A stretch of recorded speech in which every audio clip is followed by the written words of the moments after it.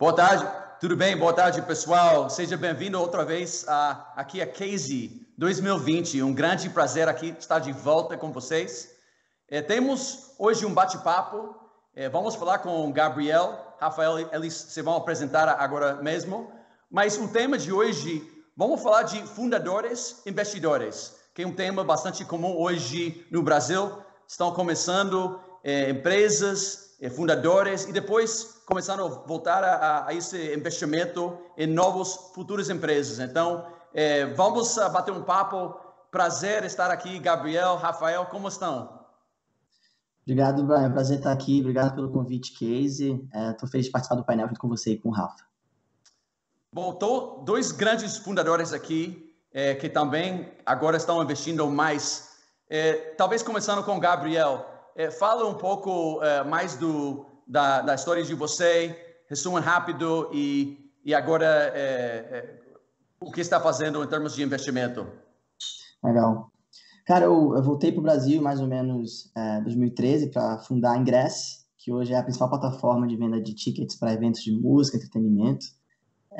E nesse movimento, a gente acabou conhecendo a comunidade de tecnologia no Brasil, né? Acho que a gente tem ainda uma comunidade pequena, então é quase que inevitável que você conheça, fique amigo das pessoas e acabe tendo acesso até aos novos negócios que estão sendo feitos no país. E nisso eu comecei a fazer alguns investimentos anjos, que foram muito bem. Investi em algumas empresas como a Brex, a Buzzer, a IDWall, a Volante. Eventualmente, montei um fundo de venture capital filantrópico junto com a Fundação Estudar. Então, eu fui bolsista, né, Brian, quando eu fui estudar lá no Vale do Silício, e quando eu voltei eu quis fazer alguma coisa para tornar a Fundação Estudar mais sustentável, né? Para quem está assistindo e não sabe o que é a Fundação, é a ONG que o Jorge de Paulo, o Beto e o Marcel criaram para dar bolsas de estudos para alunos que querem estudar em faculdades, tanto lá fora como aqui dentro, mas faculdades boas, né? Então tem um papel filantrópico aí. O fundo, no início, ele passou a investir em tecnologia e a performance era doada de volta em bolsas de estudos. Depois, com essa experiência na Fundação de Estudar, eu decidi que eu queria continuar fazendo investimentos em venture capital.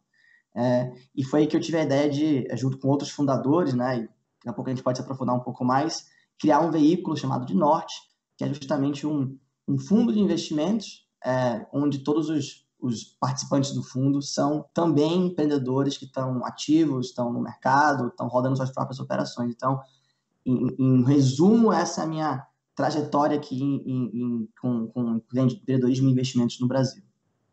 Legal. Rafael, você tem uma história bastante longa aqui de venture capital, de fundador, já voltando quase 20 anos, né, quando você começou.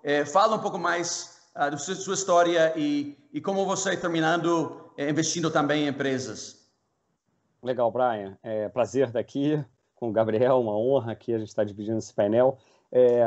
Realmente, eu comecei o primeiro projeto empreendedor em 2000, né? Então foi aí logo junto ali da bolha.com, ainda eram os primórdios da internet aqui no Brasil, e o foco da startup era a área mobile, né? Era uma área que ainda não estava nem perto de explodir, ainda era havia muita incerteza, mas criamos um projeto ali que foi, né, como toda startup aí, passando por algumas dificuldades no início, mas encontrou um caminho, né, e a gente, 8 anos depois, teve aí uma decisão super difícil, porém que se mostrou acertada, de fazer uma fusão e iniciar a consolidação desse setor. Era algo que não era muito comum, pelo menos no Brasil, você ter fusão e aquisição de startups, né? Isso acontecia mais com médias e grandes empresas. A gente arriscou, tomou esse risco e, obviamente, não foi nada fácil fazer isso, não tinha muito conhecimento para embasar. A gente foi ajustando e em 2008 a gente transformou aí as duas empresas, se fundiram na Movile, que seguiu o caminho de consolidação, fazendo outras aquisições, captando recursos com o fundo que viabilizou essa fusão, que é a Naspers, e isso culminou ali em depois de 2010, uma série de investimentos, sendo que possivelmente o mais notório com certeza o iFood, mas outros investimentos que a Movile fez e outros projetos que fizemos internamente, como Play Kids e alguns outros produtos que tiveram bastante êxito, né? Em 2011, eu e os sócios do Rio de Janeiro, a gente optou por criar um novo projeto, um projeto complementar à Movile. Inicialmente, a gente até queria ver se estaria integrado com a Movile, mas a gente achou que faria mais sentido a gente fazer uma coisa realmente apartada e que, se em algum momento fizesse sentido, se encontraria de novo na Movile. A gente saiu da operação da Movile, continuamos como sócios, mas fora da operação, e montamos a 21212, que a gente não definia inicialmente como aceleradora. Olhando hoje, eu até diria que o nosso modelo era mais um modelo de holding de investimentos, né? Porque a gente montou uma estrutura aí de quase 25 pessoas que, de fato, trabalhavam no dia a dia das empresas investidas, né? Das subsidiárias, vamos dizer assim, né?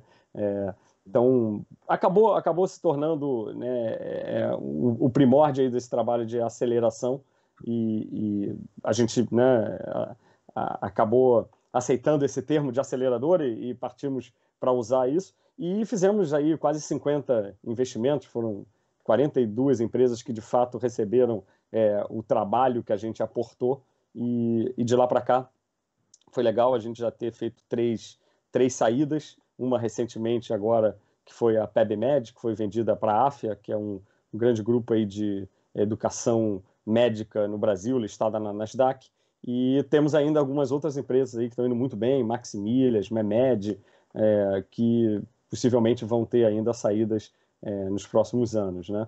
E depois, né, a 21212 parou de fazer novos investimentos em 2015, a gente ficou atuando apenas com portfólio, era um portfólio ainda bastante grande, hoje tem cerca de 10 empresas ativas. Eu passei a fazer alguns investimentos anjo direto, mas bem pouco, e procurei fundos e grupos que estavam sendo montados para investir. Então, além do Norte, né, que para mim hoje é o principal veículo assim, que eu acredito muito no trabalho, principalmente pela perspectiva diferenciada que ele dá de clube de fundadores, das pessoas se envolverem com as empresas. Também invisto através de um fundo da Endeavor e alguns outros fundos voltados para startup, grande parte startups early stage, é onde eu gosto mais de atuar. E falamos, tem mudado muito, não? Se olharmos para faz 20 anos, quando você começou até 2020, hoje, quem eram os perfis de investidores da geração de vocês? Rafael, olhando para trás, como era? E depois vamos falar de como está hoje e onde vai, mas vamos estudar um pouco mais como era. Claro, claro. Assim, realmente foi muito legal ver essa evolução, né? A gente teve um investidor anjo lá em 2001, né, que era um profissional da área de telecom, era um executivo de uma operadora que viu no nosso projeto um potencial realmente de transformação na indústria e entrou como investidor anjo.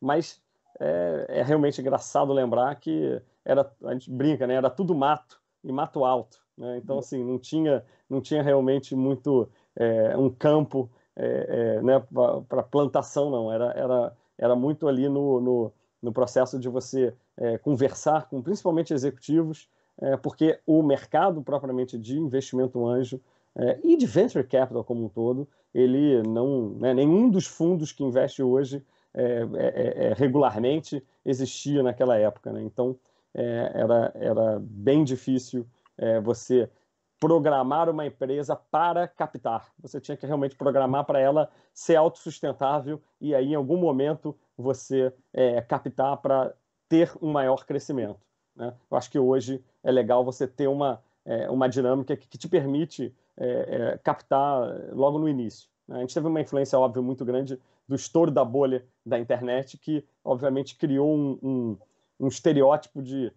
jovens começando projetos de tecnologia, não invista nisso. Então a gente ainda passou aí alguns anos, até o IPO do Google, ali 2004, foi bem complicado. Depois a coisa começou um pouquinho devagar a retomar. Não, Gabriel, você, digamos, quando você começou, já estava muito mais desenvolvido também, como eu comecei um pouco antes de você, mas parecido o timing. Quem são as referências de vocês? Ou quem eram as referências de você em termos de geração de investidores que você conheceu no começo? Essa pergunta é engraçada porque o Rafael era a minha referência quando eu comecei, né? Eu estava começando aqui voltando para o Brasil, né? Lá da faculdade, eu estava estudando na Califórnia e voltei para cá. E aí a gente começou a ver aquele momento que o Brasil estava mais arrojado, né? Tinha mais otimismo em relação ao Brasil, tinha o Cristo Redentor decolando na capa do The Economist, os fundos começaram todos a se perguntar, cara, what's your Brazil strategy, né? O que você vai fazer em relação ao Brasil? E todo mundo olhou para cá, todo mundo olhou para cá. Muitos decidiram não fazer nada, mas muitos fizeram e montaram operações. E eu lembro que a gente começou a ter alguns núcleos de empreendedores, fundadores, e a 2122 era uma das nossas referências. Assim, ó, esses caras estão fazendo early stage, estão investindo em empresas de tecnologia, tem essa cabeça de escalabilidade. Então, pessoas como eu, ou que os outros todos que vieram depois, devem muito ao trabalho que o Rafael e os sócios estavam fazendo lá atrás, né? E esses ciclos são assim, né? Você sempre utiliza a experiência, a expertise dos fundadores anteriores para fazer essa roda girar, e ela gira cada vez mais rápido e cada vez maior. Tinham os club deals, né? Os grupos de anjos, e você tem várias versões disso, né? Tem os Harvard Angels, os Wharton Angels, os GV Angels, Inspire Angels, então instituições ou faculdades ou comunidades que se juntavam para fazer investimentos, né?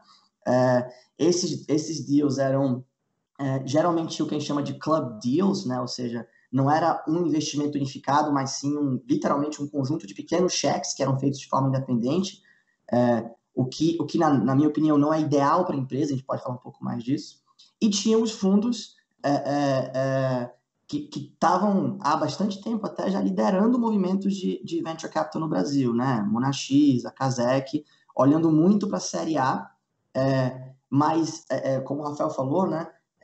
O investimento que é realmente o seed money, investimento antes de market fit, antes da empresa ter se provado, mais voltado para o time e para a visão daquele mercado, que é o que a gente observa, por exemplo, em entidades como a Y Combinator, era rara.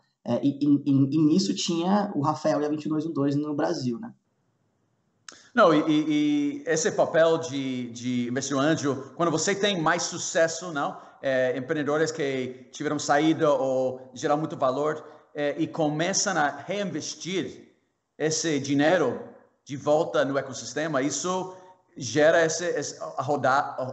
começa a rodar, não? Então, isso quais eram os maiores desafios de levantar capital antes e que vocês acham, como você compara com o que vocês observam hoje? Falo eu, Rafa? Fala você. Posso dar um pouquinho do status lá de trás, né? Você tinha um desafio maior que era realmente mostrar a viabilidade desse mercado, porque ainda não tinha passado esse momento que o Gabriel bem colocou ali, né?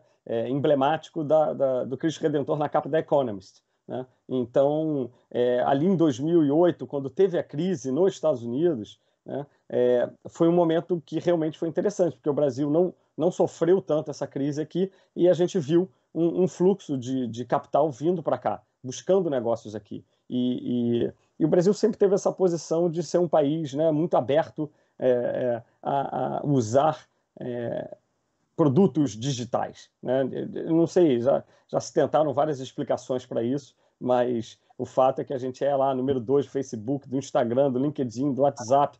Então, assim, realmente a gente tem uma sociabilidade aí muito grande nesse sentido. Então, veio uma leva de capital para cá, tanto é que, assim, o principal capital da 21212 que a gente captou foi com anjos estrangeiros, né? Foi com anjos de fora do Brasil, alguns brasileiros, mas a maioria de fora, que queriam, de fato, viabilizar, né, financiar essa primeira onda de investimentos mais estruturado, estou falando já depois de 2010, né, aqui no Brasil. E eu acho que isso foi começando a preparar o terreno para essa fase agora pós-crise do Brasil, né, 2014, 15, 16, foi uma crise bem intensa aqui, mas que eu acho que assim, o setor de tecnologia, estando bem estruturada, a startup estando bem montada, ela consegue, obviamente, dependendo do setor que ela esteja, passar bem, né, trabalhar bem, inclusive com as crises. Faz parte. E quem está no Brasil tem que saber que são cíclicas as crises e sempre acontecem, né? Nossos sócios, até americanos, ainda não tinham visto isso e a gente falou, cara, a gente aqui já é a terceira, então vamos bola para frente, né? Não, sem dúvida. E hoje, Gabriel, o que está vendo hoje e qual a dinâmica principal? Obviamente tem mudado muito e tem mais capital e tem mais o volume de investidores. Talvez, fala um pouco mais de que está observando hoje e que dicas você tem para esses empreendedores que estão procurando esse primeiro capital para seu projeto. Sim. Então, eu acho que mudou muito, assim, em todos os aspectos, tá? Burocrático, tem um avanço trabalhista, tem avanço infraestrutura, mas o ecossistema ainda é bastante verde, tem bastante chão ainda para andar, o mato ele é mais baixo, mas ele ainda é alto. Então, se você olhar nos diferentes estágios de investimento, você ainda tem uma quantidade muito pequena de fundos ou investidores ou grupos, principalmente se você colocar na conta o tamanho que o Brasil tem, o nosso potencial como mercado. Nós ainda temos um gap, né, de investimentos na Série B. Então, hoje, no Brasil, já tem grupos mais maduros e consolidados, tanto no Seed, Seed Investment, né, grupos como a Maia, a Canaries, tem um trabalho legal aqui. Tem grupos que também fazem Seed, mas também colocados na Série A. A gente falou de Monax, Kazek, Redpoint, um monte de investidores legais surgindo. A Alexa, um fundo novo agora, super interessante, está sendo falado pelo Patrick Aripol. Mas quando você chega na Série B, você tem um distanciamento muito grande até os cheques, que são cheques de late stage, né? Cheques mais maduros, uma vez que a empresa já está focada puramente em crescimento.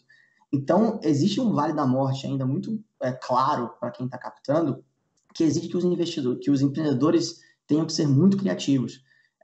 Você acaba vendo rodadas até com investidores improváveis ou estratégicos, ou que estão montando teses muito específicas, né?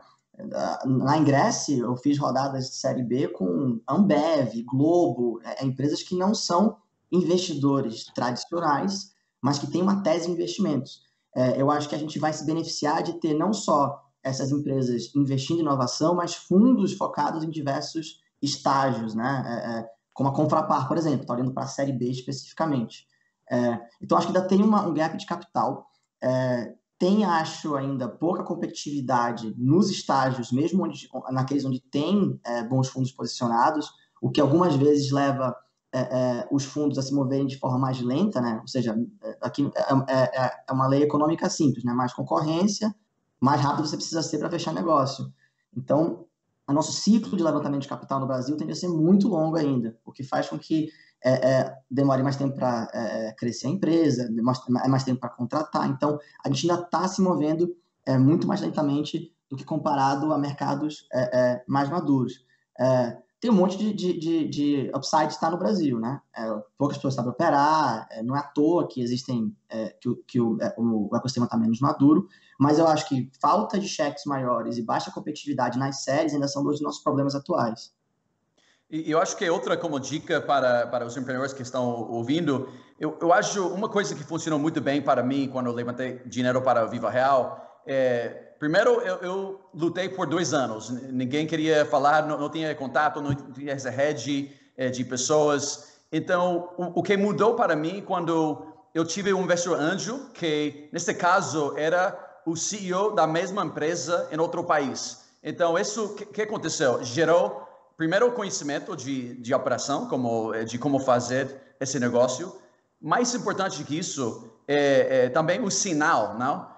quando você tem um investidor que talvez gera certa como brand, reconhecimento de marketing da pessoa, como pessoa que sabe muito que você está fazendo, isso gera mais interesse pelos investidores. Então, isso acho que vai ao ponto de que estamos falando de fundadores investindo, não investidores fundadores, porque quando Gabriel investe ou Rafael investe, isso mostra que o cara sabe o que está fazendo, porque vocês estavam nos sapatos de ela. Então, isso acho que é um bom sinal que ajuda também a criar mais expectativa para outros investidores também. Perfeito. Acho que é uma excelente dica, Brian. Essa sinalização positiva que você tem de outros empreendedores, principalmente aqueles que estão no seu mercado, ela não só convida outras pessoas a investirem, mas também essas pessoas são ferramentas para captação futura, para fechamento de contrato comercial, um monte de coisa a mais. Uma outra coisa também que eu daria de dica, respondendo a tua pergunta, é que no Brasil, eu acho que vai ser saudável, principalmente após toda essa crise que a gente está passando, empreendedores pensarem de forma mais sustentável. Eu acho que a gente vai precisar cada vez mais, está no momento pendular, né, onde, como o Rafa colocou muito bem, antes você tinha que primeiro provar toda a tese para poder ter acesso a algum dinheiro. Aí a gente passou um momento mais eufórico, onde as rodadas ficaram mais caras e muita gente levantou rodada muito rapidamente, sem comprovação nenhuma. Acho que agora a gente volta para um equilíbrio que eu acho que é saudável, honestamente, onde você tem acesso a capital para crescer, você consegue acelerar crescimento, mas precisa pensar rapidamente em como não precisar de investidores. E eu acho isso muito bom, porque você vai ser desafiado a montar uma empresa que realmente gera valor e receita e que é sustentável mais rápido. Concordo 100%. E falando de vocês, como investidores, que tipo de empresas que vocês e times vocês mais gostam de investir? Posso agora aproveitar aqui e vender o peixe aqui do norte, né? Porque, assim, eu acho que isso que o Gabriel falou e que você falou, Brian, de né, outros empreendedores do próprio mercado, como você fez no caso do Viva Real, serem anjos da tua empresa, para mim isso é um divisor de águas, de fato, num processo de captação, de validação de negócio, né? E o que eu achei fantástico no projeto que o Gabriel, o Gustavo e o Bruno, né, criaram no Norte, é fazer um clube com vários empreendedores, né, várias pessoas que já atuaram nesse mercado criando empresas e que podem fazer esse papel de apoiar novos negócios, inclusive direcionando eles melhor para as próximas captações, né? Então, acho que isso mostra um amadurecimento muito grande do nosso mercado aqui, né? Porque, de fato, né, o early stage, ele tradicionalmente acaba sendo aquele patinho feio do processo de investimento, né? Por tamanho risco que você tem ali. Não adianta botar só o dinheiro, tem que botar o dinheiro, tem que botar trabalho, né? O smart ali tem que estar envolvido. Então, eu acho que o caso, né? E eu acho que tem que se formar outros clubes, né? Fundos, clubes nesse modelo, porque isso vai dar muito mais sustentabilidade a novos negócios que vão poder crescer até mais antes de fazerem a primeira rodada de captação, o que não tem mal nenhum nisso, né? A gente lá na 21/2, né, como a gente não tinha proposta tanto do investimento financeiro direto, nosso papel era principalmente botar trabalho, né? O dinheiro que a gente ia dar para o empreendedor para ele contratar determinadas coisas, a gente já entregava essas coisas, né? E da maneira que a gente sabia fazer, porque tínhamos aí 11, 12 anos de imóvel, né? Então, temos empresas no nosso portfólio que até acabaram saindo agora, que eram totalmente bootstrap, né? Não chegaram a precisar captar e conseguiram crescer, talvez captem agora, mas para outro estágio de crescimento. Então, eu acho que isso mostra um amadurecimento desse mercado que realmente veio se intensificando nos últimos anos, mas que vem lá sendo trabalhado até na década de 90, né? Quando eu comecei, eu tinha também algumas referências de alguns loucos que estavam começando aí os primeiros projetos de internet no Brasil e que hoje também estão voltando a investir, né? em startups. E isso é fantástico. É o nosso primeiro grande ciclo virtuoso, de fato, acontecendo aqui. Coisa que nos Estados Unidos, Silicon Valley, se tem, sei lá, 50 anos disso já acontecendo, né? Não, e totalmente muda quando você tem pessoas reinvestindo, dando mentoria, conhecimento, contato, um ciclo virtuoso, como você falou. E como a experiência de vocês como operadores influenciou o estilo de vocês como investidores? E como é uma coisa difícil, às vezes, eu não sei se acontece com vocês, não acontece muito comigo e tenho aprendido, mas vocês são empreendedores, então vocês querem ter a mão na massa. Então, como vocês equilibram o sentido de o que você acha bom para o negócio ou o que é bom nos olhos do empreendedor? Essa pergunta é muito boa. Na verdade, é uma relação, da mesma forma que você tem essa característica de builder, né, de ser construtor e querer colocar a mão na massa, ao mesmo tempo você também sabe muito bem como tá tocando o negócio e tem um cara que está lá a 2.000 metros de altura querendo dar pitaco da operação. Então isso te gera muita empatia para quando você também vai criticar ou trazer feedback ou sugestões, seja lá o que for, na operação do negócio. O bom empreendedor, ele quer pitaco, ele quer ser provocado, ele quer ser desafiado, ele inclusive cria situações para se colocar em dúvida, para se colocar em prova, né? É uma mentalidade quase esquizofrênica que a gente precisa ter. A gente precisa ser extremamente confiante e ao mesmo tempo extremamente paranoico. Então essas duas coisas precisam conviver de algum jeito, senão ou você não consegue montar o negócio ou você provavelmente vai cair em algum buraco e o negócio vai falir no caminho. O que a gente procura criar como investidor é uma atitude onde a gente, acima de tudo, confia no operador. Cara, até porque nós, como membros do clube, temos nossas operações. Então, a gente sabe que a nossa contribuição ela é pontual, não quer dizer que ela é pequena, ela pode ser totalmente game changer, né? Você deu o exemplo dos teus anjos investidores, cara, esse cara chega, dá uma sinalização, pronto, agora o mercado inteiro te olha de outro jeito. Então, essas coisas pontuais, mas de alta influência, é o que a gente procura fazer. Sobre a operação do negócio, sobre o dia a dia, isso, se você tiver escolhido um bom empreendedor, você provavelmente sabe menos do que ele. Você provavelmente está menos qualificado do que ele para tomar essas decisões. Obviamente, experiências trocadas são sempre muito valiosas, né? A gente sempre vai aprender alguma coisa se colocar um monte de gente boa numa sala.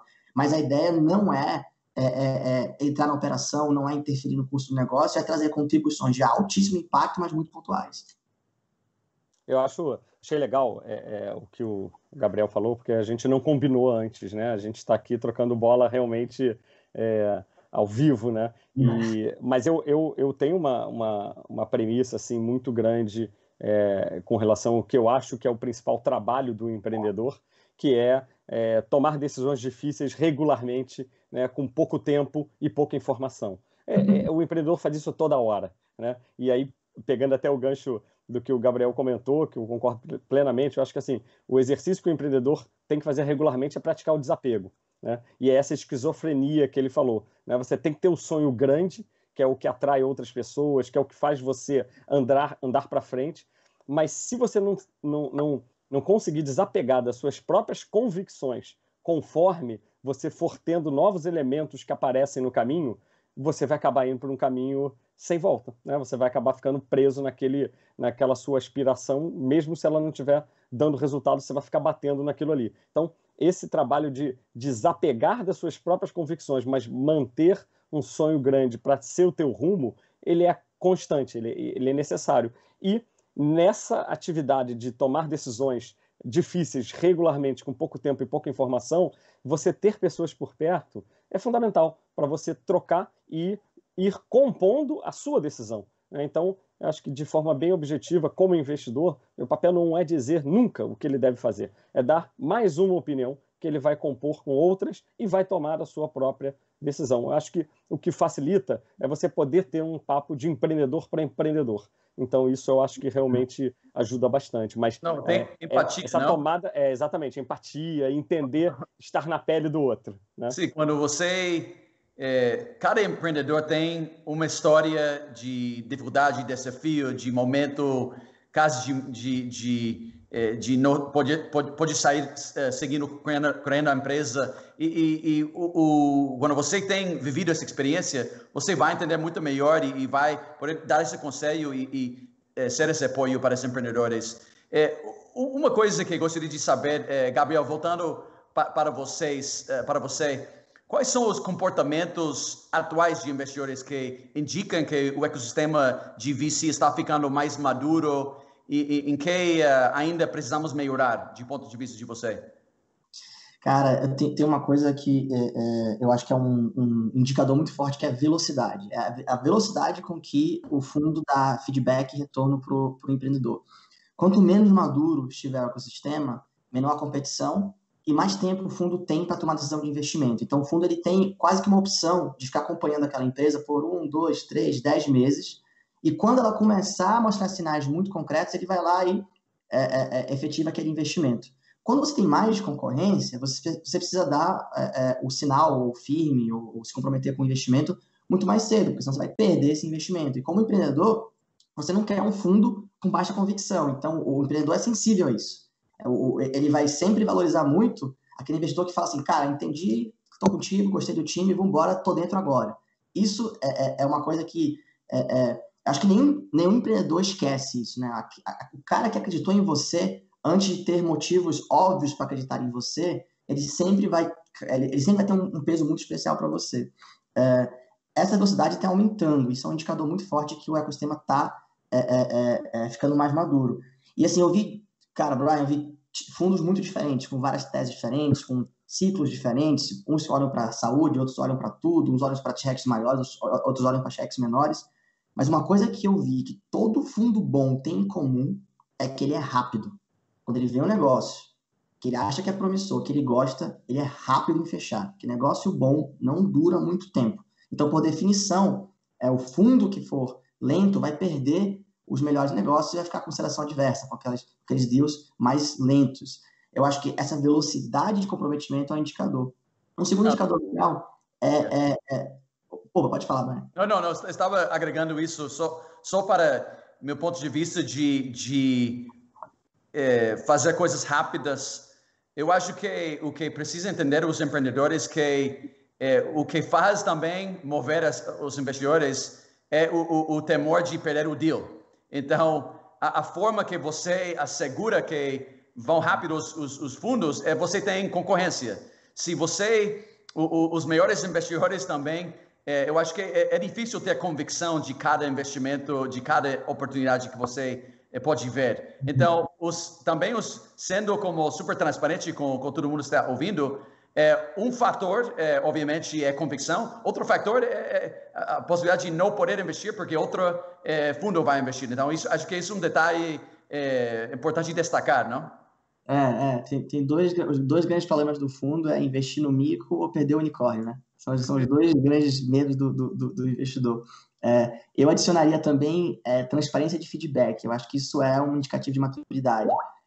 Raramente nós tínhamos feedback aprofundado e honesto na grande maioria das conversas. Algumas vezes até elas se perdiam. Eu tive inúmeras conversas que o investidor, o fundo pediu um monte de informação e acho que ele esqueceu de me dizer que ele não ia investir mais. Ele simplesmente parou de responder e a gente uma hora decidiu parar a conversa. Mas agora a gente tem muito mais feedback detalhado. Isso é importante também. Acho que precisamos encerrar aqui porque falta pouco tempo. O que podemos fazer para democratizar mais informação para os empreendedores, para que tenha mais visão de como começar, como levantar dinheiro, os primeiros anjos, como encontrar essas primeiras pessoas que estão acreditando em você? Que dicas vocês acham que seriam importantes para, falando de onde estamos hoje e onde queremos ir como ecossistema? Rafael. Começar, Gabriel? Eu começo aqui, não, tranquilo. Eu acho que, assim, essa maturidade do ecossistema que a gente está comentando aqui também já está trazendo, né, eventos como o próprio Case, Startup Summit e vários outros, vamos dizer, eventos até mais nichados, que já dissemina mais essas informações que já retrata mais os cases. Você vê, eu estava conversando agora recentemente, está para ser lançado agora, né, um livro do Daniel, que é um repórter que foi da Veja e da Folha, contando a história dos 10 primeiros unicórnios do Brasil.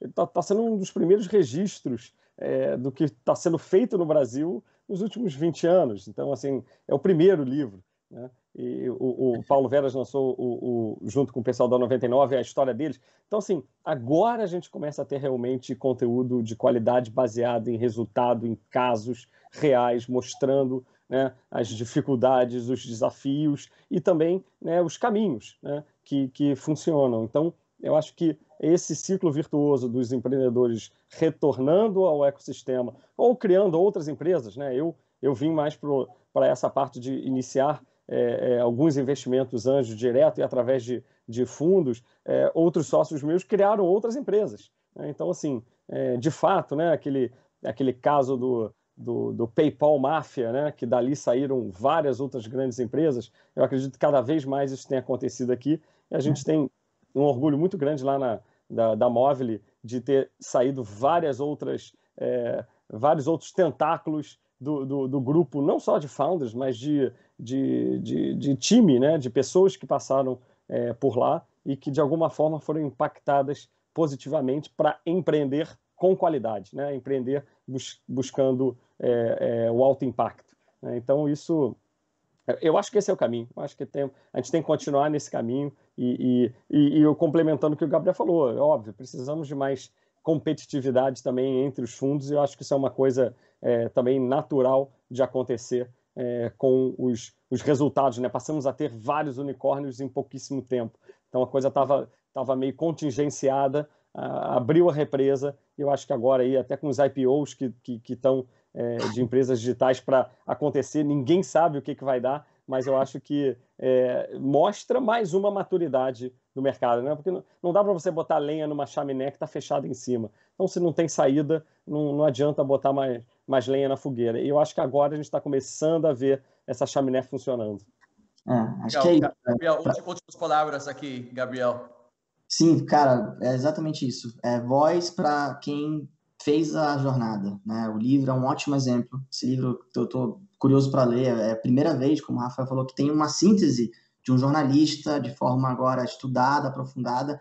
E é muito importante que esses livros, essas palestras, esses estudos sejam feitos por pessoas cujo objetivo não é só vender o livro. Ou seja, eu não estou me monetizando de vender uma história de sucesso ou uma fórmula. Eu estou contando o que realmente aconteceu. Cara, os erros, as coisas engraçadas e embaraçosas que aconteceram, nesses casos tantos, né, os caras tiveram suas saídas, eles não precisam vender livro. Mas eles vão agora fazer isso para fazer uma contribuição para o ecossistema. Agora, isso é fundamental. É a venda da história real, não da história publicitária, não da história romantizada, não porque eu quero lucrar com a venda do livro, mas porque eu quero contar para as pessoas o que aconteceu de verdade. Eu acho que essa informação muda o ecossistema. Legal. Pegando o gancho, vou mandar vocês as primeiras cópias. Meu livro vai sair agora, a Editora Gente publicou. Não tenho comunicado isso oficialmente, mas acho que estão falando disso. É igual, compartilhar experiências de uma forma autêntica, não uma coisa de a vitória, vendimos a empresa, é mais como o que aprendi, o que fiz mal. Isso acho que é o espírito do empreendedorismo e do investidor anjo, de investidor que era empreendedor ou que é empreendedor ainda, é compartilhar, não? E acho que isso, a maior coisa do Vale do Silício é pessoas juntando e temos oportunidade de fazer isso aqui no Brasil de uma forma, nas próximas décadas vamos transformar esse ecossistema desse jeito. Bom, resumindo, obrigado, Gabriel, Rafael. Eu acho que vamos precisar mais investidores, mais fundadores investindo em a próxima geração. Então, é muito legal ouvir de vocês, escutar suas histórias e também as dicas para os empreendedores levantar mais capital de uma forma de sucesso e, mais que tudo, construir bons negócios, não? Acho que dinheiro é uma parte, mas também aprender das experiências dos outros é algo fundamental. Então, obrigado pelo tempo e as dicas para todo mundo.